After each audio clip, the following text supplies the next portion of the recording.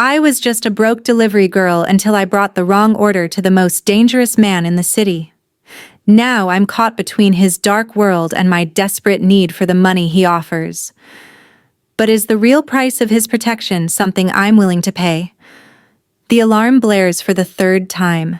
I smack it quiet and drag myself out of bed. My tiny apartment is cold again. The heater broke last week, and I can't afford to fix it.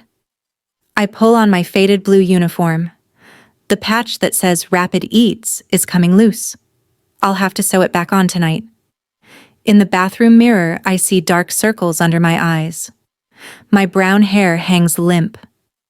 I twist it into a messy bun and splash water on my face. No time for makeup or a real breakfast. I grab an apple and hurry out. My scooter sits in the parking lot, covered in morning dew. It coughs and sputters before roaring to life.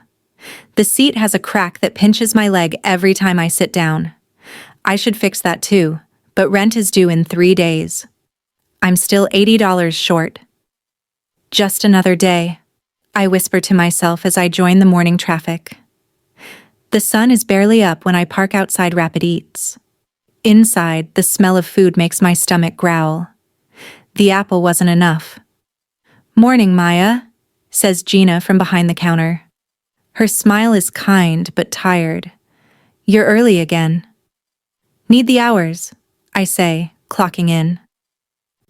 "Any chance of extra shifts this week?" She frowns. "Sorry, honey. Business is slow." I nod and check my phone. The delivery app shows only 2 orders waiting. Not a good sign. At this rate, I'll never make rent. The morning drags by. Delivery after delivery, small tips, rude customers. By noon, I've made $12 in tips. My back aches from carrying heavy bags upstairs because elevators in cheap buildings never work. During my break, I call Mom at the care home. "How are you feeling today?" I ask, trying to sound cheerful. "Better," she lies. I can hear the pain in her voice. "Don't worry about me." But I do worry. Her medical bills pile up faster than I can pay them. That's why I dropped out of nursing school last year. One day I'll go back. One day when Mom is better and money isn't so tight. The afternoon shift starts with rain. My jacket isn't waterproof anymore, so I get soaked. Water drips down my neck as I deliver soggy paper bags to dry, warm homes. People watch from their doorways, annoyed that their food might be wet. None of them invite me in to dry off, even for a minute. My phone pings with a new order at 5. The address makes me pause. The Silver Heights building. The richest part of the city. Those people usually have their fancy chefs or assistants get their food. "Big order?" asks Gina when I pick up the bag. "Biggest today." "Going to Silver Heights." She whistles. "Maybe you'll get a good tip." I shrug, not wanting to hope. Maybe. As I ride toward the gleaming tower in the distance, I wonder what it's like up there. To have so much money that you don't think twice about ordering food that costs more than my daily pay. To live above the city, looking down at little dots like me rushing around. The rich really do live in another world. A world I deliver to, but never belong in. The Silver Heights building towers above me like a mountain of glass and steel. Raindrops slide down my face as I stare up at its 50 floors. My heart beats faster. I've never been inside a place this fancy. I park my scooter next to a row of shiny black cars. Mine looks like a broken toy beside them. The food bag is heavy in my hands as I walk to the front doors. They slide open with a soft whoosh, welcoming me into a lobby that gleams with marble floors and gold trim. A security guard sits behind a desk that looks like it costs more than my rent. He frowns when he sees me, my wet uniform dripping on his clean floor. "Delivery," I say, holding up the bag. He looks me up and down. "For which resident?" I check my phone. "Penthouse. Name is Vega." His eyes widen just a little. He picks up a phone and speaks quietly. I shift from one foot to the other, feeling the squish of water in my shoes. Someone will come down to get it, he says. The app says I need to deliver it directly. I don't add that I need the customer to sign for it, or I might not get paid. He sighs and points to a special elevator at the back of the lobby. Wait there. The elevator doors are black with gold lines running through them. I stand in front, trying not to drip too much. 5 minutes pass. 10. My phone pings with another delivery request, but I can't leave this one unfinished. Finally, the guard walks over. I'll take you up, he says, not sounding happy about it. He slides a card into a slot and the elevator opens. Inside, the elevator is lined with mirrors. I see myself from all angles: wet hair, pale face, dark circles under my eyes. Next to the guard in his crisp uniform, I look even more of a mess. The ride is smooth and silent. My stomach drops as we shoot upward. The numbers on the panel climb. 10, 20, 30, 40. Finally, P for penthouse. The doors open to a hallway with black marble floors and walls the color of cream. Artwork hangs everywhere, paintings that probably cost more than I'll make in years. But what makes me freeze are the men. 6 of them stand in the hall, all wearing dark suits. They stop talking when they see me. Their eyes are cold as they watch me step out of the elevator. Delivery for Mr. Vega, I say, my voice coming out smaller than I want. One of the men steps forward. He's taller than the others, with shoulders like a boxer. His suit fits him perfectly, not a wrinkle in sight. His face could be carved from stone. Sharp cheekbones, strong jaw, eyes so dark they look black in this light. His hair is the same color, slicked back without a strand out of place. About time, he says, his voice deep and smooth like expensive chocolate. He takes the bag without looking inside it. You can go. The security guard is already pushing the elevator button. I should be relieved to leave, but something bothers me. Sir, I need you to confirm the order is correct and sign for it. The tall man raises an eyebrow. One of the other men steps forward, like he might make me leave, but the tall man holds up his hand. Fine, he says. He opens the bag and looks inside. I wait, counting the seconds until I can escape this strange place with its dangerous-looking men. I just need the signature so I can get paid. Then I can go back to my normal life of struggle and worry. The man's face changes, his eyes narrow and his mouth tightens. What is this? He asks, pulling out a container. Your order, sir, I say, confused. I ordered the Wagyu special, he says, his voice getting quiet in a way that makes the hair on my arms stand up. This is vegetarian sushi. My stomach drops. I'm sorry. The restaurant must have made a mistake. I can take it back and... Do you have any idea who I am? He interrupts. He steps closer, and I can smell his cologne, something rich and spicy that probably costs more than my weekly groceries. I shake my head, too scared to speak. The other men are watching with blank faces. Nobody moves to help me.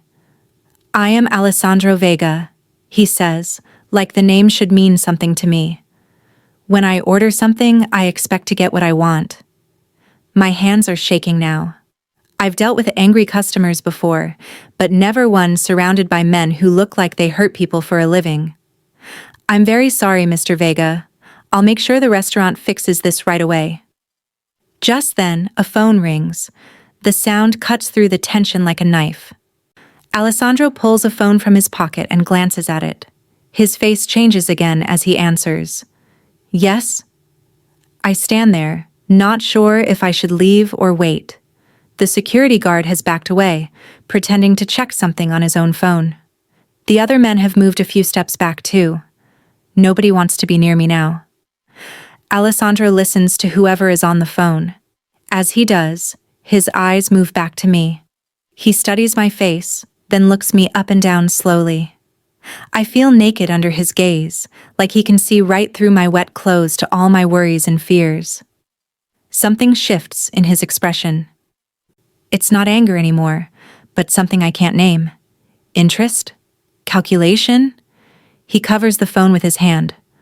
"What's your name?" he asks. "Maya," I whisper. "Maya," he repeats, like he's tasting the word. "Wait here." He turns away and continues his call, walking a few steps down the hall. I stand frozen, water still dripping from my clothes onto the perfect floor. The other men watch me like I'm a bomb that might go off. Minutes tick by. I should leave, but something tells me that would be dangerous now. When Alessandro comes back, he's smiling. The change is startling, like the sun coming out after a storm. He puts his phone away and comes closer. "Maya," he says again. "I think this mistake might be the most interesting thing that's happened all day." He reaches into his pocket and pulls out a stack of bills. "For your trouble." He hands them to me. I look down. These aren't ones or fives. They're $100 bills, at least 10 of them. More money than I'd make in 2 weeks. "I can't take this," I say, trying to give it back. His hand closes over mine, warm and strong.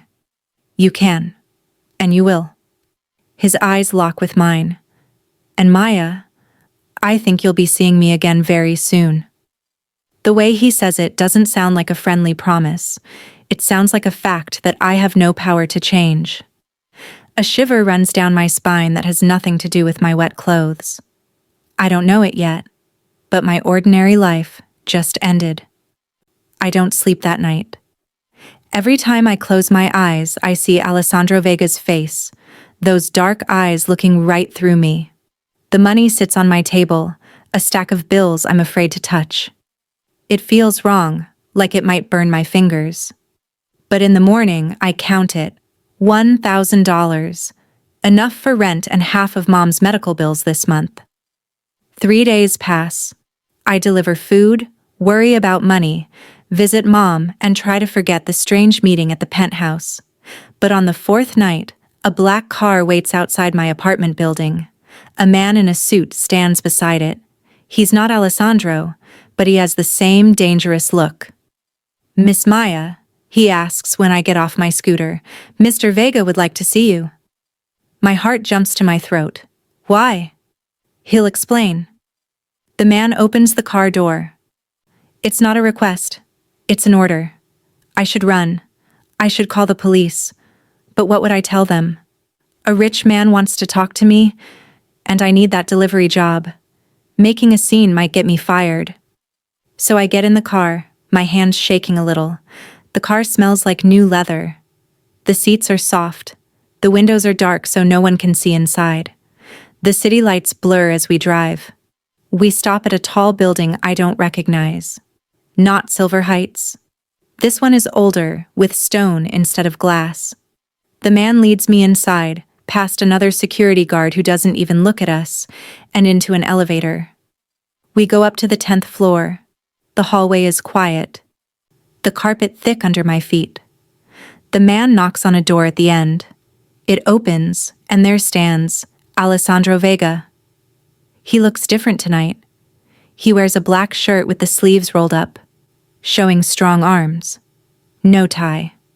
His hair isn't slicked back but falls a little over his forehead. He looks younger, but no less scary. "Maya," he says, like we're old friends. "Come in." The room beyond him is huge.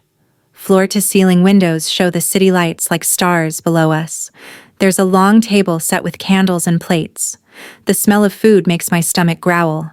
I haven't eaten since lunch. A cheap sandwich 12 hours ago. "Sit down," he says, pointing to a chair. "We should talk." I sit because I don't know what else to do. The chair is the most comfortable one I've ever been in. The table is set with more forks and knives than I know what to do with. A glass of water sits by my hand. I take a sip to wet my dry throat. "You're wondering why I asked you here," Alessandro says, sitting across from me. "Yes. I need someone to do a job for me. Someone who looks..." He pauses, studying my face. Unremarkable. The word stings, even though it's true. I am unremarkable. Average height, average looks, average life. Nothing special. What kind of job? I ask. Nothing illegal, he says quickly. Too quickly. Just delivering something, like your normal job, but for me personally. Why me? You must know lots of people. He smiles. It doesn't reach his eyes. That's exactly why. Everyone knows them. No one knows you. A woman brings in food on silver plates. Steak, potatoes, vegetables that look like they were arranged by an artist. I wait until Alessandro starts eating before I pick up my fork. The food tastes better than anything I've had in years. I'll pay you $5,000, he says between bites. I almost choke. For one delivery? Yes. And your discretion. $5,000 would pay Mom's medical bills for months. It would let me start saving for school again. It would change everything. But nothing comes for free, especially from men like him. What's the catch? I ask. He laughs, a real laugh this time. Smart girl. The catch is, you can't ask questions. You take a package where I tell you. You give it to who I tell you. That's all. And if I say no? His face hardens. Then you leave. Go back to your life. Never hear from me again. It should be an easy choice. Say no and walk away. But the thought of going back to my tiny apartment, to counting pennies and watching Mom get sicker. $5,000. What would I be willing to do for that much money? When? Is all I ask. His smile returns. Tomorrow night, there's a charity event at the Grand Hotel. You'll attend as my date. Your date? The word feels strange in my mouth. Yes. You'll need something to wear. He snaps his fingers, and the woman who brought the food appears with a large box. Try this on. In a bathroom bigger than my whole apartment, I open the box. Inside is a dress. Blue, like the night sky, with tiny sparkles like stars. It looks like it would fit a movie star, not me. But when I put it on, it fits perfectly. The mirror shows someone I don't recognize. A pretty woman in a beautiful dress, not a tired delivery girl. When I come out, Alessandro's eyes widen just a little. He nods. It will do. I don't understand, I say. Why pretend I'm your date? Why not just have me deliver whatever it is? Because people see what they expect to see, he says. A delivery girl, they notice. My date, they'll forget the moment they look away. After dinner, the same car takes me home. I carry the dress in its box, careful not to wrinkle it. At my door, the driver hands me an envelope. Inside is cash, $1,000. A deposit, he says, the rest after tomorrow night.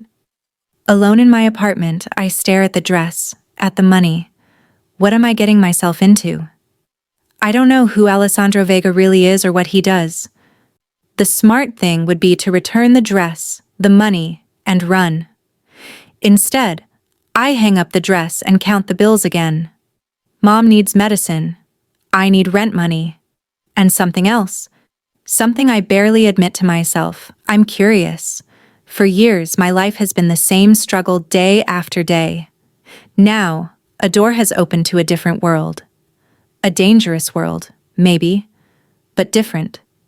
I sleep that night with the dress hanging on my closet door. In my dreams, I dance in a room full of strangers while Alessandro Vega watches me with those dark eyes. I wake up with my heart racing, not sure if it's from fear or excitement. The next day passes in a blur. I call in sick to work for the first time in 2 years. I wash my hair, paint my nails with old polish I found in a drawer. By evening, I hardly recognize myself. The dress fits like it was made for me. I've pinned up my hair the best I can. I even put on makeup. Just a little, since I don't own much. When the car comes, I'm ready. Or I think I am. But as we drive to the Grand Hotel, my stomach twists with nerves. What if I say the wrong thing? What if I use the wrong fork? What if whatever I'm delivering gets me in trouble? The driver hands me a small clutch purse that matches my dress. "Mr. Vega will meet you inside," he says. "The envelope is in there. Don't open it." The Grand Hotel lobby gleams with marble and gold, making Silver Heights look plain in comparison. People in fancy clothes move around like colorful fish, women with diamonds at their throats, men in suits that cost more than my yearly rent, and me, pretending to be one of them. I see Alessandro before he sees me. He stands near a pillar, talking to two men. He looks powerful in his black tuxedo. People glance at him as they pass, then quickly look away. They're afraid of him, I realize. They know who he is, what he is, and for tonight, I'm with him. The thought makes me shiver. He sees me then. For a moment, he just stares. Then he walks over, his eyes never leaving my face. "You clean up well," he says, taking my arm. "Remember, you're my date. Smile, don't talk much. When I introduce you to the man in the blue tie, give him the envelope in your purse. That's all." I nod, not trusting my voice. His hand is warm on my arm as he leads me into the ballroom. I've crossed a threshold into his world. A world of wealth and secrets and danger. A world where I don't belong.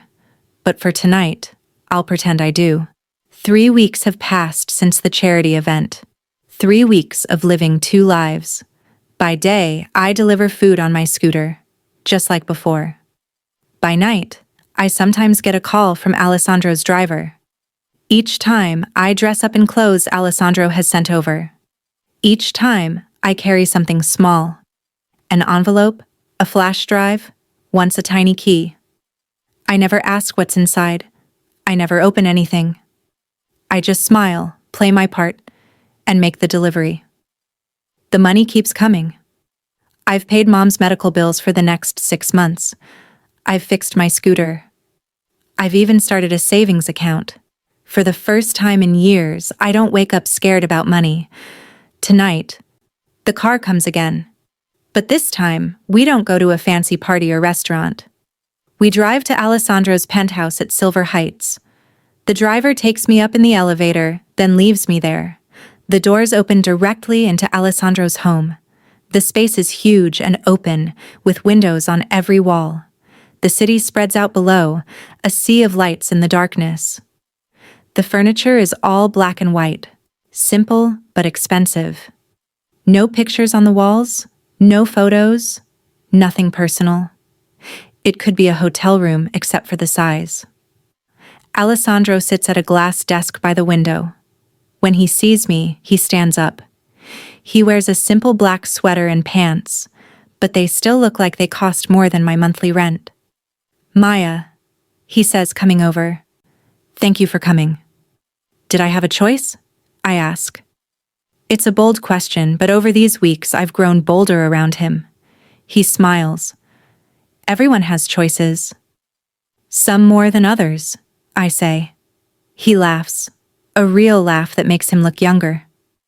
True. Would you like a drink? I nod. He goes to a bar in the corner and pours 2 glasses of something amber. He hands one to me.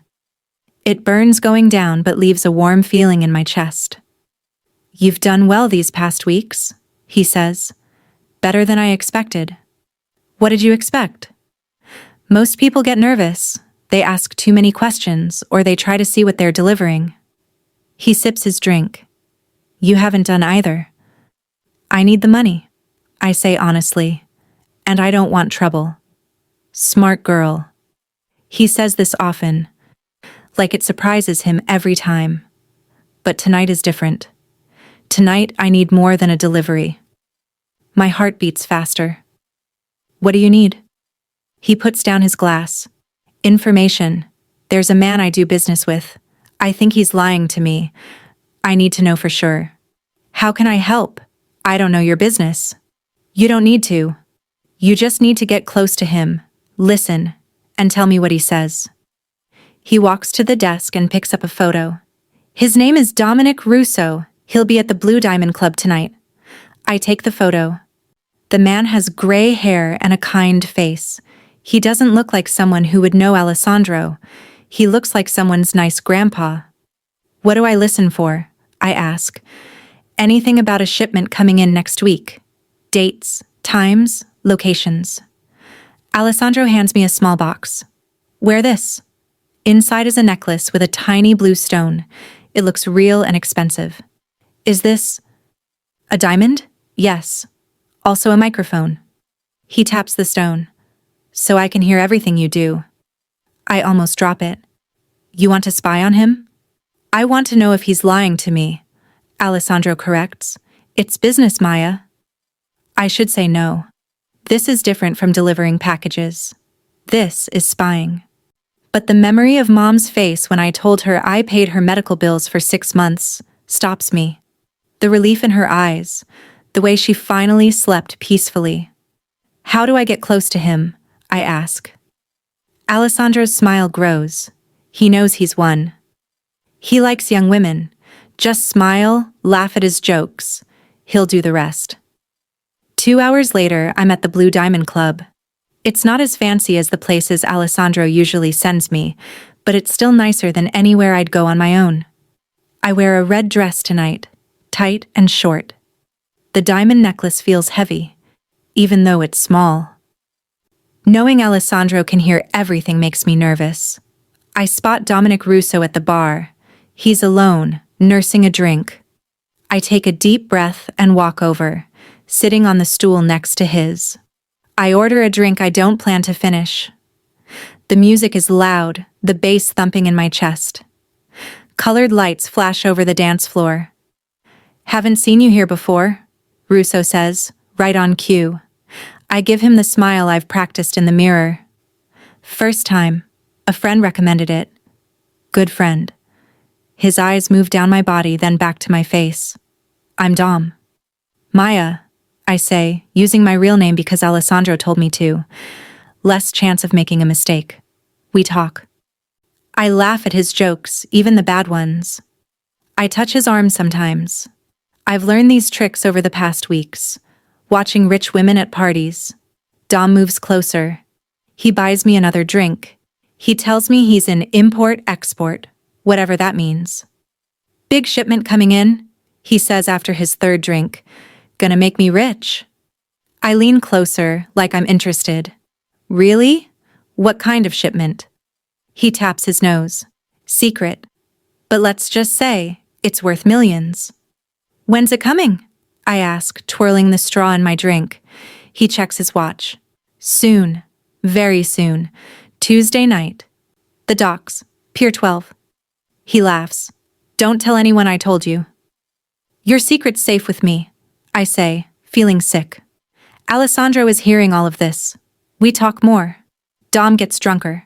He tells me more than he should. Times, names, details about whatever business he's in. I don't understand most of it, but I know Alessandro does. Finally, Dom excuses himself to use the bathroom. I wait 5 minutes, then slip out of the club. Alessandro's car waits around the corner. I get in, and we drive away just as Dom comes out looking for me. In the car, I take off the necklace and hand it to Alessandro. Did you get what you needed? I ask. He nods, his face hard. Yes. He lied. The shipment is Monday, not Wednesday like he told me. What are you going to do? Business, he says, which isn't an answer. You did well, Maya. I look out the window. I don't feel like I did well. I feel like I tricked an old man. I think I should stop doing these jobs for you. Alessandro is quiet for a long moment. Then he says, one more job. Tomorrow night. Double the usual pay. Then we're done? I ask. If that's what you want. He looks at me, and something in his eyes makes my heart beat faster. Not fear this time. Something else. What's the job? I ask. Dinner. Just dinner. With me. He looks away. No deliveries, no spying. Just dinner. I should say no, but I'm curious about him. In these weeks, I've seen glimpses of a different Alessandro than the scary man I first met. He remembers how I take my coffee. Light, with 1 sugar. He asks about Mom's health.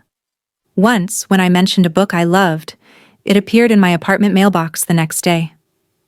Just dinner, I say finally. No work. No work. He agrees. The next night, we eat at a small Italian restaurant. No fancy clothes, no rich people watching us, just pasta, wine, and talk. Alessandro tells me about growing up poor, like me, how he fought his way up. Not the details, I know better than to ask, but the feelings, the hunger to be more, to never be powerless again. I tell him about Mom getting sick, about dropping out of nursing school, about my dreams that seem so far away now. He listens in a way no one has in years. Really listens. After dinner, we walk by the river. The night is cool, stars hidden by city lights. Alessandro's hand brushes mine. I don't pull away. Why me? I ask suddenly. There are lots of people who could deliver packages for you. Why pick me? He stops walking, turns to face me. The day we met. When I got angry about the wrong order, most people would have been scared. You were, but you still looked me in the eye. You didn't look away. His hand touches my cheek, warm against the cool night air. No one looks me in the eye anymore. They're too afraid. Maybe they should be, I whisper. Maybe. He agrees. But you're not. Not really. Before I can answer, his phone rings. The sound cuts through the quiet night. He frowns, checks the number. I have to take this. He steps away to talk. I wait, watching the river flow by. I should be afraid of him and whatever he does. I should run away and never look back. But something keeps me here. Curiosity? The money? Or something more dangerous? When Alessandro returns, his face is different. Hard again, like when we first met. I have to go, he says. Business. Of course, I say, trying not to show my disappointment. My driver will take you home. He hesitates, then leans down and kisses my cheek. Good night, Maya. As the car drives me home, I touch the spot where his lips touched my skin. It tingles, like electricity. I'm playing with fire, getting closer to Alessandro. I know this, but for the first time in years, I feel alive. The danger doesn't scare me away. It pulls me in. 2 months have passed since my dinner with Alessandro. 2 months of more deliveries, more fancy parties, more money. But something has changed. The jobs feel less like work and more like excuses to see each other. Sometimes he comes with me. Sometimes we get dinner after. Sometimes we just talk for hours in his penthouse, watching the city below us. I know I'm falling for him. I know it's dangerous. I know I should stop. But I can't. Tonight, I'm at his penthouse again. Alessandro is on the phone in the other room, his voice low and angry. I pretend not to listen as I look out at the view. The city lights spread out like fallen stars. It's beautiful up here, so far from the noise and dirt of the streets. A door opens behind me. I turn, expecting Alessandro, but it's someone else. A man with cold eyes and a thin scar on his cheek. He wears a black suit like all of Alessandro's men, but I've never seen him before. You must be Maya, he says, walking toward me. His smile doesn't reach his eyes. I've heard so much about you. Who are you? I ask, backing up until I feel the window behind me. Marco. He stops a few feet away. Alessandro's right hand, his oldest friend. He says the word friend like it means something else. I've been away on business. Nice to meet you, I say, though it doesn't feel nice at all. Is it? His eyes move over me slowly, taking in my simple dress, my worn shoes. You're not what I expected. What did you expect? Alessandro usually prefers more sophisticated women. He walks to the bar, pours himself a drink. Models, actresses, not delivery girls. The words sting, but I don't show it. I guess he wanted something different. Marco laughs, a harsh sound. Yes, you are that. He sips his drink, watching me over the rim. You know who he is, right? What he does? I look away. We don't talk about Alessandro's business. It's an unspoken rule between us. I deliver packages, I attend parties, I sometimes gather information, but we never discuss what any of it means. He's not a good man, Maya, Marco continues. The things he's done, the things we've done together. He shakes his head. He's not playing house with you because he's falling in love. He's using you. For what? I ask, though I'm afraid of the answer. You're a nobody. That makes you useful. No connections, no family except a sick mother. My heart jumps at the mention of Mom. If something goes wrong, no one would miss you. Before I can answer, Alessandro walks in. He stops when he sees us, his eyes moving from me to Marco and back. Marco? He says, his voice careful. I see you've met Maya. Yes. Marco raises his glass. Lovely girl. Not your usual type. That's enough. Alessandro's voice is soft but sharp, like a blade wrapped in silk. Maya, would you give us a minute? I nod and hurry from the room, but not before I hear Marco say, She's a liability, boss. She knows too much. I wait in Alessandro's bedroom, my heart racing. Marco's words echo in my head. She's a liability. What does that mean for me? I look around the room, suddenly seeing it with new eyes. The expensive furniture, the huge closet full of suits, the safe hidden behind a painting. This is the home of a man with secrets. Dangerous secrets. When Alessandro comes in 20 minutes later, his face is tight with anger. I'm sorry about Marco, he says. Is he right? I ask. Am I just useful to you because I'm a nobody? Alessandro's face softens. He comes to me, takes my hands. You are not a nobody, Maya. You never were. But is he right about the rest? Are you using me?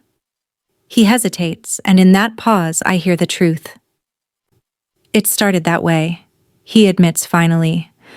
A delivery girl who needed money, someone no one would notice. But it's different now.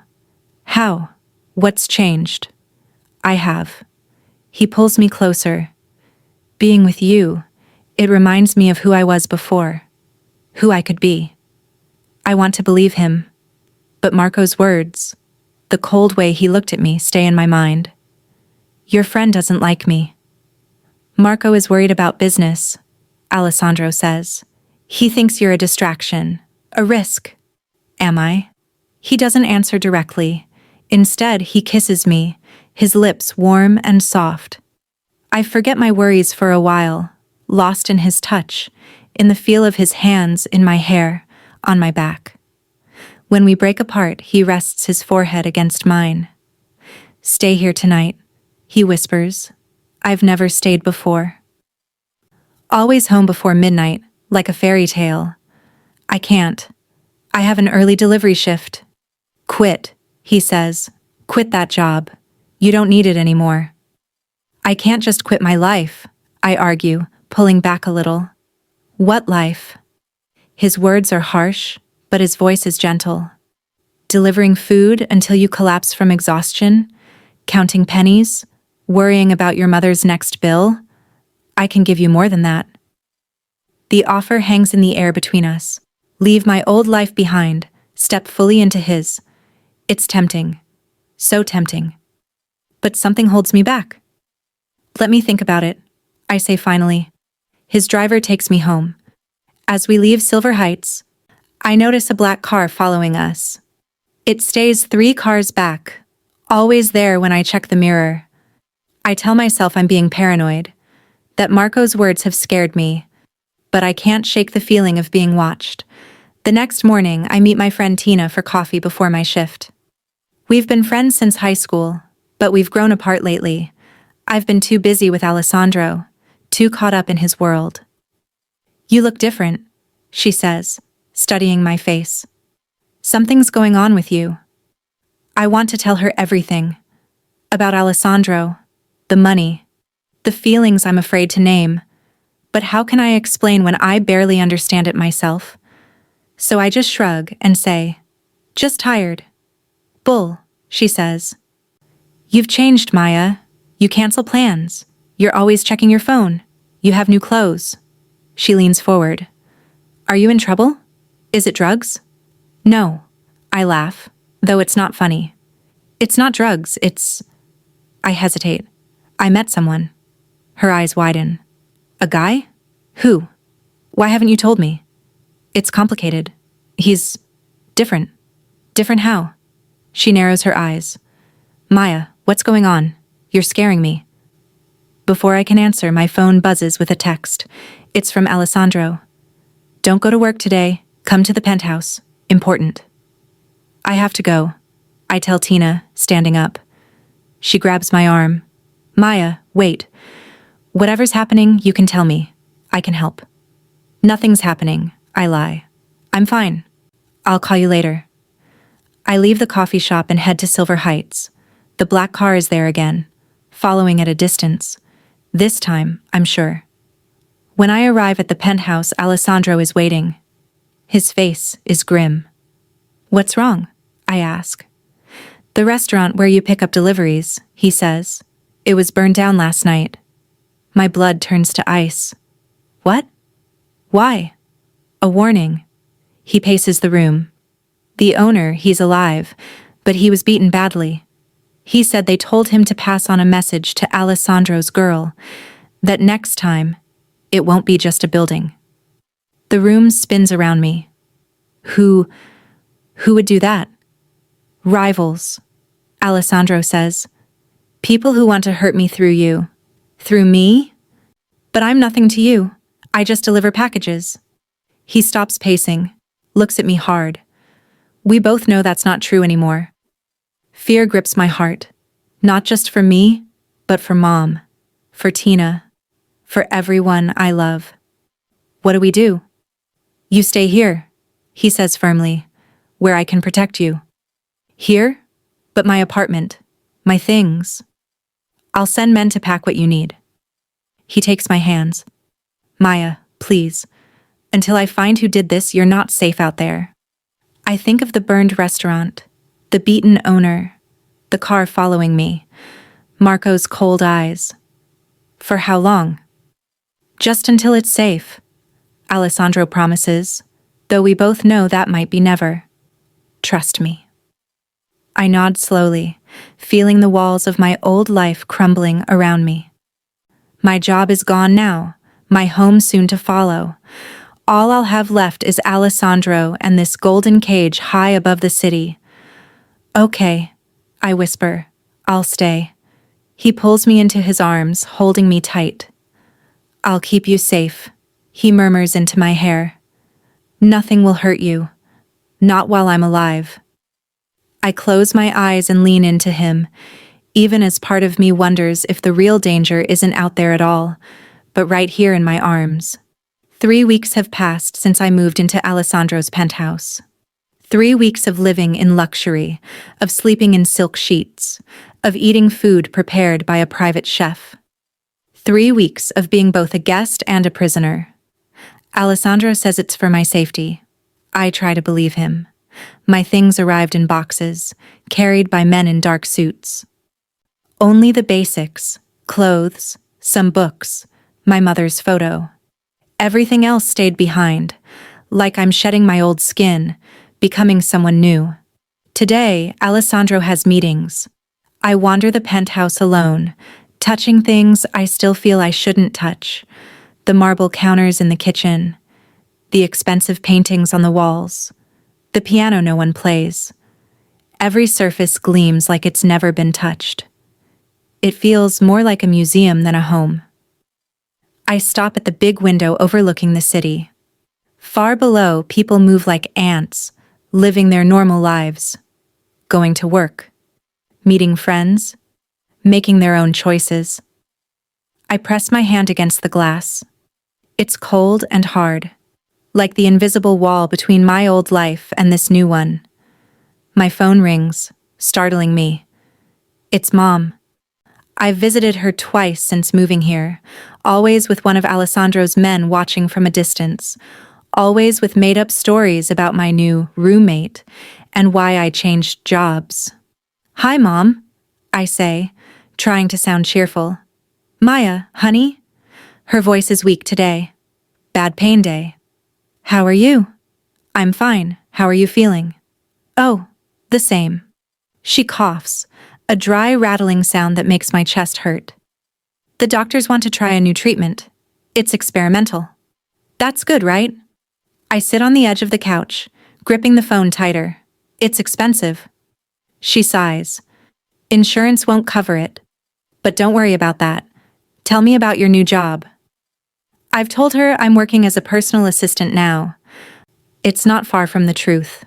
"It's good," I say. "Busy. My boss is demanding." "But he pays well?" "You sent so much money last month." "Yes, he pays well." I look around at the penthouse, at all the things money can buy. "I'm saving up." "For nursing school?" Hope fills her voice. "That's wonderful, honey. You always wanted to be a nurse." Tears fill my eyes. I did want that once. It seems so long ago now.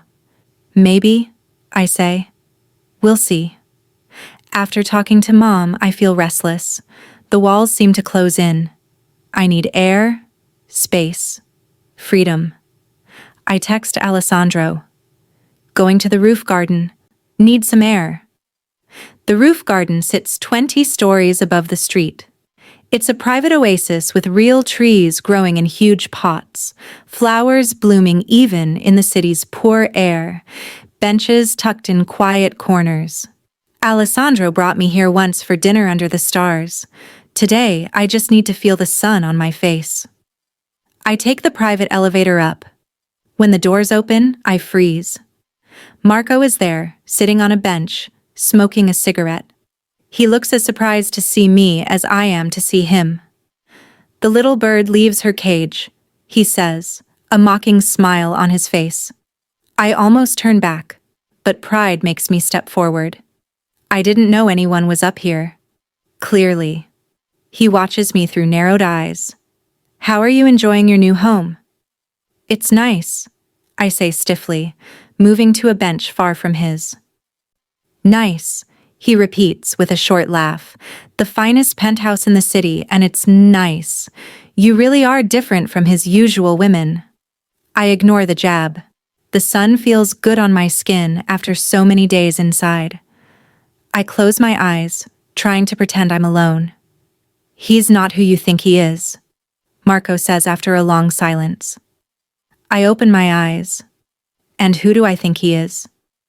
Marco takes a long drag of his cigarette. "You think he's changing, becoming softer because of you. Becoming a better man." He blows smoke toward the sky. "He's not. You don't know what I think. I know his type. I've seen it before." He stands, walks closer. "He likes the idea of saving you. The poor delivery girl. So innocent. So pure." His voice drips with sarcasm. "But when he gets bored, and he will get bored, what happens to you then?"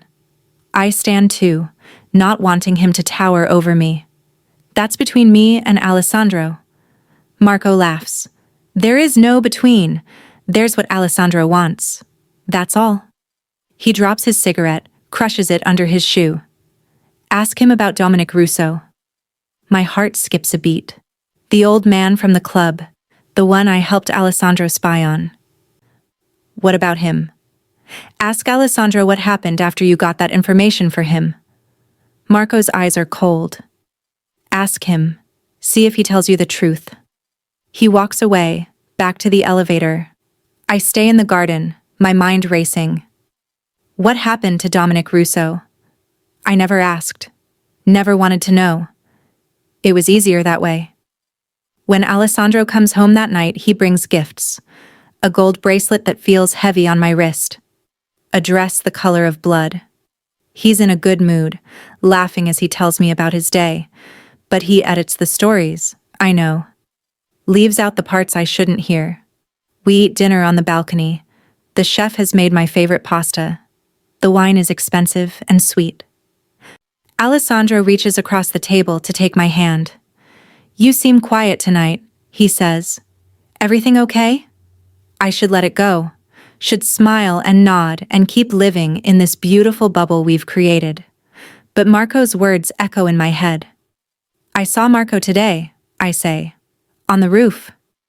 Alessandro's smile fades a little. Did he bother you? No. We talked. I take a deep breath. He told me to ask you about Dominic Russo. The change is instant. Alessandro's face hardens, his eyes go cold, his hand pulls away from mine. Marco should learn to keep his mouth shut. What happened to him? To Russo? Alessandro stands, walks to the edge of the balcony. His back is to me, shoulders tense. Business happened. What kind of business? He turns, and for a moment, I see a stranger. Not the man who kisses me softly in the morning. Not the man who remembers how I take my coffee. This is the man others fear. He betrayed me. He paid the price. A chill runs down my spine. What price? You don't want to know, Maya. His voice is gentle again, but his eyes stay hard. Trust me on this. But I do want to know. I need to know. Tell me. Alessandro sighs, runs a hand through his hair. He disappeared, he says finally. People who betray me tend to disappear. The words hang in the air between us. I think of the kind-faced old man at the club, the one who bought me drinks, the one I tricked into revealing his secrets. Gone now, because of me. You killed him, I whisper. I protected my business. Alessandro comes back to the table, kneels beside my chair. Maya, this is the world I live in. I've never pretended it wasn't. He's right.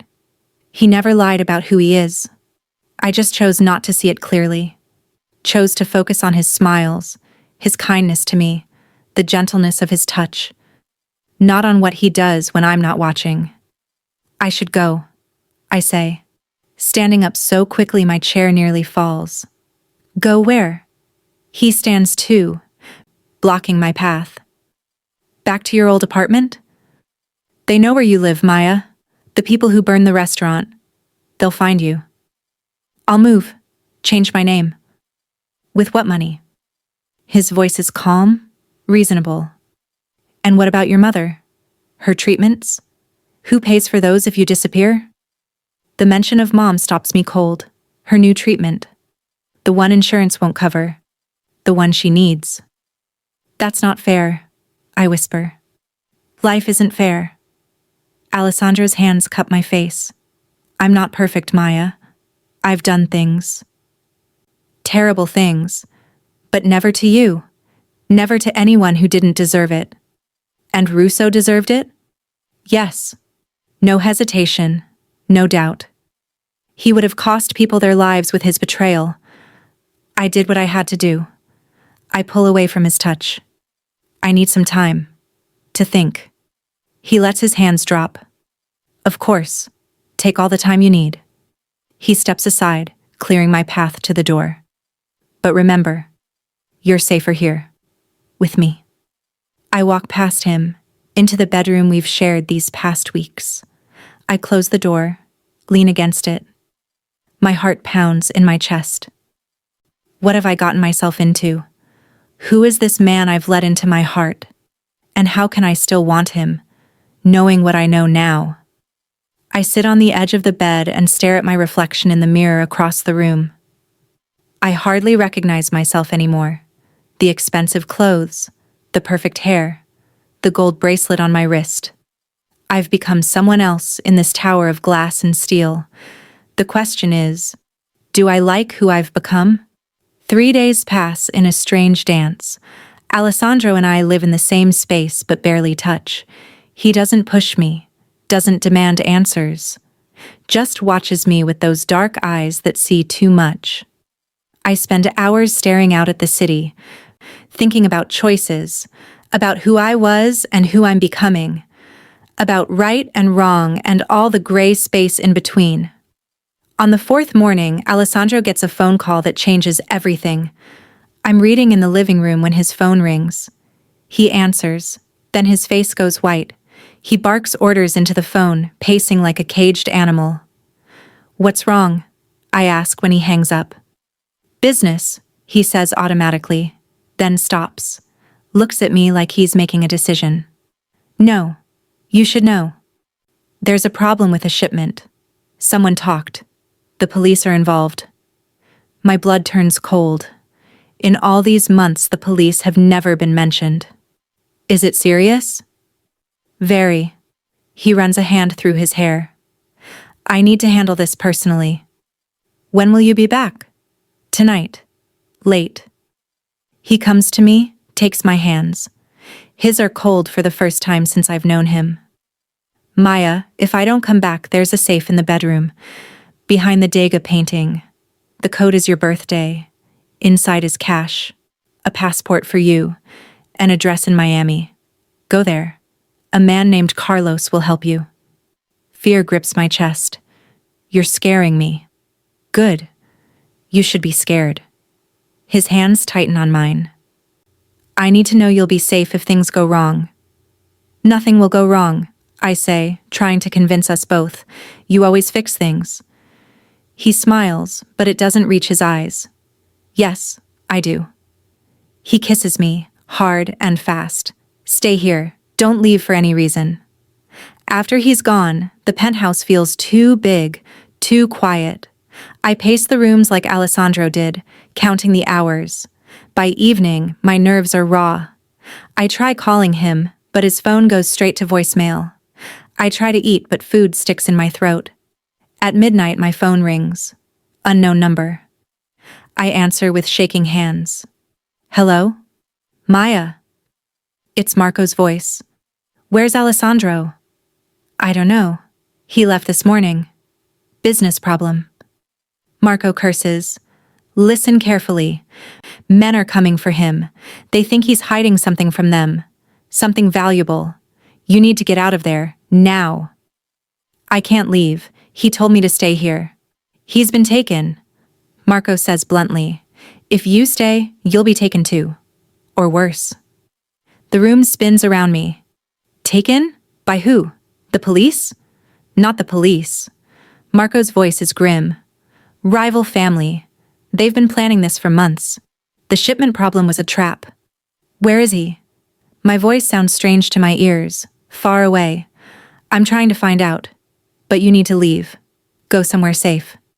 Safe. What does that even mean anymore? "I have to help him." Marco laughs, a harsh sound. "Help him? What can you do?"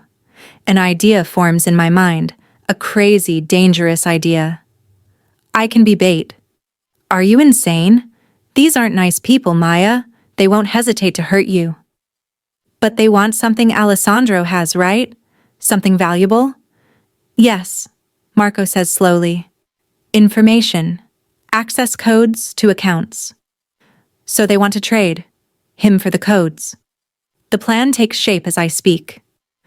"What if they think I know the codes, that he told me?" "They'd take you to him." Marco's voice changes, becomes thoughtful. "To verify. To make him watch if you're lying." "Exactly." My heart pounds, but my mind is clear. "Can you make that happen? Can you let them know where to find me?" Silence stretches between us.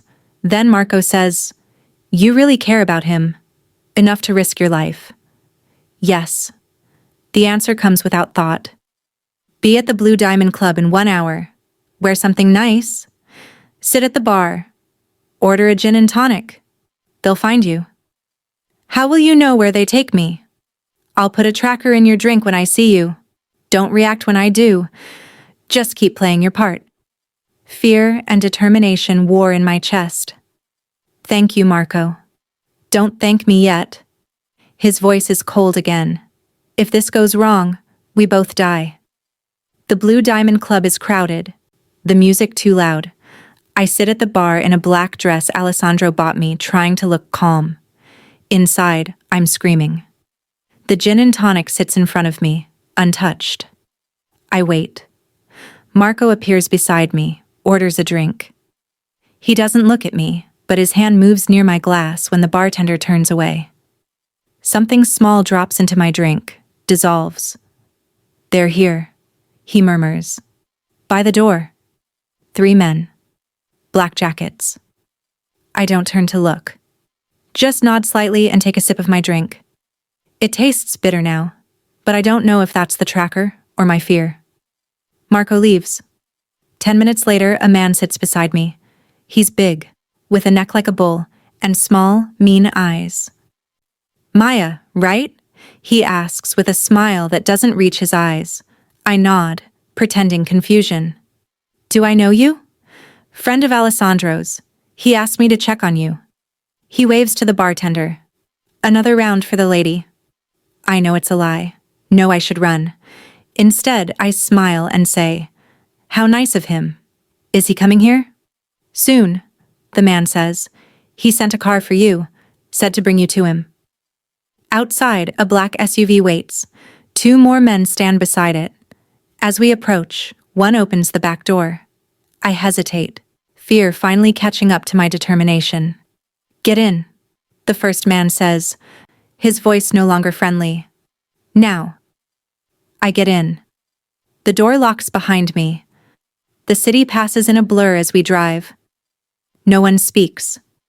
After 30 minutes, we stop at an old warehouse by the river. The men lead me inside, through dark corridors that smell of rust and rot. In a large room lit by a single bulb, I find Alessandro. He's tied to a chair, his face bloody, his expensive suit torn. His eyes widen when he sees me. "No," he whispers. "Maya, no." A man steps from the shadows. Thin, elegant, with silver at his temples. "So this is your weakness?" he says to Alessandro. "This ordinary girl." He turns to me. "My dear, your boyfriend has been quite stubborn. Perhaps you'll be more cooperative." "Don't tell them anything," Alessandro says. One of the men hits him hard enough to rock the chair. "Stop!" I cry out. "Don't hurt him." The elegant man smiles. "That depends on you." Alessandro refuses to give us certain access codes. He claims only he knows them. But I think perhaps he's shared them with you. For safekeeping. I swallow hard. What if he has? Hope flares in the man's eyes. Greed, too. "Then you tell us. And maybe you both live." "And if I don't know?" I ask, playing for time. "Marco should be tracking us. Should be coming with help." "Then we have no use for either of you." The man pulls out a gun, places it against Alessandro's head. "The codes. Now." I look at Alessandro. His eyes tell me to lie, to save myself, to let him die. I can't do that. Not now. Not after everything. "I know them," I say, "but I need proof you'll let us go." The man laughs. "You're not in a position to negotiate." "Neither are you," says a new voice. Marco stands in the doorway, a gun in his hand. Behind him are more men, Alessandro's men, all armed. What happens next is chaos. Gunshots, shouting. The elegant man grabbing me, using me as a shield. Alessandro breaking free from his chair somehow, lunging despite his injuries. I see the flash of a knife, feel a sharp pain in my side. Then Alessandro is there, catching me as I fall. His face is the last thing I see before darkness takes me. I wake to beeping machines and white walls. A hospital. My side throbs with dull pain. I turn my head and see Alessandro in a chair beside my bed. His face is bruised, one arm in a sling. But he's alive. We both are. "Hey," I whisper. His head snaps up. Relief floods his face. "Maya." He moves to the bed, takes my hand. "You're okay. The doctor said you'll be fine." "What happened? After I passed out?" Marco got us out. The others, they won't bother us again. The look in his eyes tells me not to ask for details. You broke free, I say instead. When he grabbed me. How? Alessandro smiles slightly. I've been in worse situations. Why did you do it? You could have escaped, but you came for me instead. His hand tightens on mine. Because you matter more. Simple words, honest words. And I know, despite everything, they're true. Why did you come looking for me? He asks. Marco told me your plan. It was incredibly stupid. Brave, but stupid. Because you matter more to me too, I say. He leans down, presses his forehead to mine. I don't deserve you? Probably not, I agree, making him smile. But you're stuck with me anyway. Outside the window, the city goes on, unaware of what happened in that warehouse. Unaware of how close we came to losing everything. Unaware of the choice I made, to step fully into Alessandro's world, with all its dangers and darkness, to choose him, knowing exactly who he is. It wasn't a choice between right and wrong. It was a choice between love and fear. And in the end, love won. 6 months have passed since the warehouse. 6 months of healing, of change, of finding a new normal. I touch the small scar on my side as I look out the window of my apartment. Not Alessandro's penthouse, my apartment, my choice. A compromise we made after long talks in the hospital room. 3 days a week, I live here. A new place, nicer than my old one but still modest. Simple furniture, books stacked on shelves. Plants on the windowsill. It's mine, paid for with money I earned. Not from deliveries anymore, but from classes. I'm back in nursing school, finishing what I started before Mom got sick. The other 4 days, I stay with Alessandro. His world is still filled with luxury and danger and secrets. But it's changing too, in small ways. More legal businesses, fewer midnight phone calls, fewer men with guns in the hallways. Today is Tuesday, one of my days here. I'm meeting Tina for lunch. Something I couldn't do freely before. She knows pieces of the truth now. Not everything. Some secrets are safer kept. But enough that we can be friends again. Enough that she understands why I disappeared for months, why I changed. You look good, she says when I sit across from her at our favorite cafe. Happy. I am, I say and mean it. How's the boyfriend? She asks with a small smile. She's never met Alessandro and probably never will. Some worlds don't mix easily. He's good, busy with work. And your mom? How's the new treatment going? The treatment Alessandro paid for, through a foundation he created in Mom's name. A legal way to help her, to help others like her. Better, I say. The doctors are hopeful. After lunch, I go to class. Anatomy and physiology, preparation for the nursing career I thought I'd lost. My classmates don't know who waits for me after school, who helps me study sometimes, quizzing me with flashcards in bed. They see only Maya, the serious student with good grades and a part-time job at a clinic. That job, too, was Alessandro's idea. You need experience, he said, and purpose. So he bought the clinic, renovated it, made it a place where people without insurance can get care. I work there 20 hours a week, learning, helping, finding my own way to make a difference. Evening comes, and with it, rain.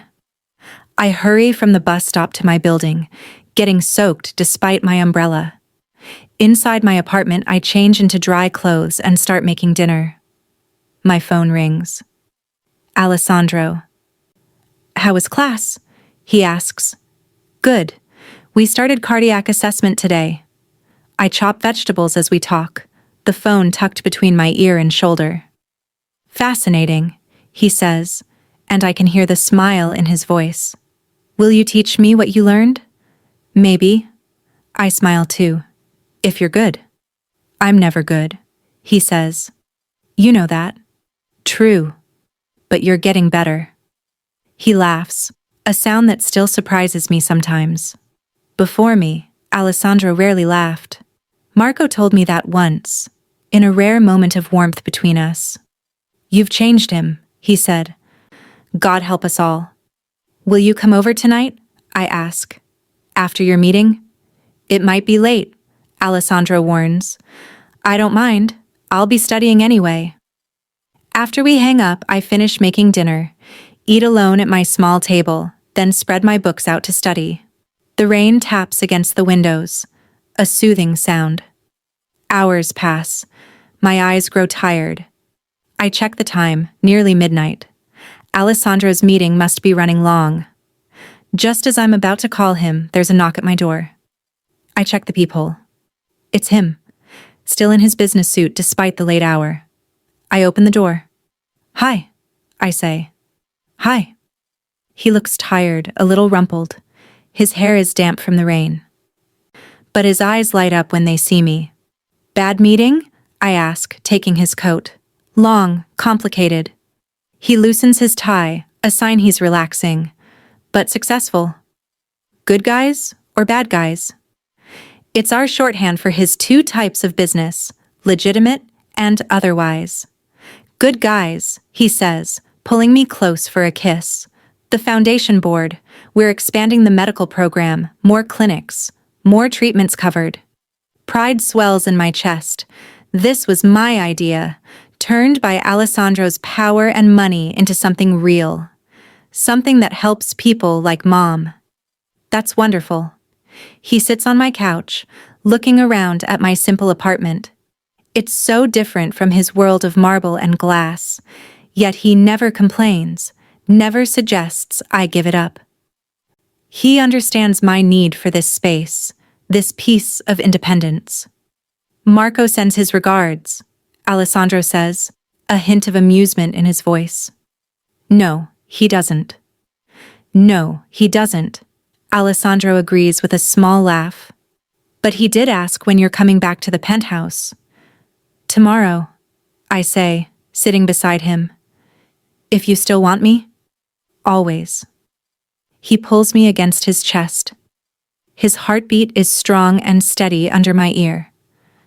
This arrangement, is it still working for you? I think about it. 3 days here, 4 days there, a foot in both worlds, a life I'm building that's neither fully his nor fully separate. Yes, I say. It's good. For now. For now, he repeats. And later? I sit up to look at him. Later we'll figure it out. One day at a time, remember? That was the deal. He nods, but I see something in his eyes. A question he's not asking. What is it? I prompt. He reaches into his pocket, pulls out a small black box. My heart jumps. Alessandro. It's not what you think, he says quickly, opening it. Inside is not a ring, but a key. It's to the lake house. I bought it today. The lake house we visited once, on a rare weekend away. A quiet place with no neighbors, no business calls, no men in suits watching the doors. Just trees and water and peace. You bought it? I'm shocked. Alessandro doesn't do impulsive things. Every move is calculated, planned. For us, he says, a middle ground. Not my world, not yours. Something new. Tears fill my eyes. It's the most romantic thing anyone has ever done for me, and the most unexpected from a man like him. Thank you. We can go this weekend, he says. If you want. Just us. Yes. I take the key, close my fingers around it. A symbol of the future we're building. Step by step. Just us. Later, as Alessandro sleeps beside me in my too small bed, I think about our journey. From that first day with the wrong food order to now, so much has changed. I've changed, he's changed, the world around us has changed. I used to think love was simple, that good people loved other good people, and that was that. But life is more complicated. People are more complicated. Alessandro does terrible things sometimes. He always will. That darkness is part of him. But so is the man who buys lake houses as surprises, who creates medical foundations, who holds me like I'm something precious. And me? I'm not the innocent delivery girl anymore. I've seen things, done things, accepted things that the old Maya never would have. I've bent my moral lines without breaking them completely. Found strength I never knew I had. Morning comes with soft light through my curtains. Alessandro wakes, reaches for me automatically. His touch is gentle, familiar now. "What are you thinking about so early?" he asks, seeing my thoughtful face. "Us?" I say honestly. "How unlikely we are." He smiles, traces the line of my cheek with his finger. "The delivery girl and the monster." "You're not a monster." I catch his hand, kiss his palm. "Not to me. Because you see the best in people. Because I see all of you," I correct. "The good and the bad. And I choose all of it." He pulls me closer, and I go willingly into his arms. Outside, the city wakes up. People go to work, to school, to lives so different from ours. They pass each other on the street, never knowing what stories hide behind each face. Never knowing that the beautiful man in the expensive suit and the ordinary girl with the nursing textbooks share a secret life, a complicated love.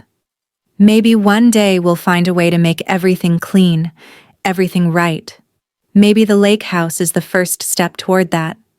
Or maybe we'll always live in this in-between place, balancing darkness and light, danger and safety, his world and mine.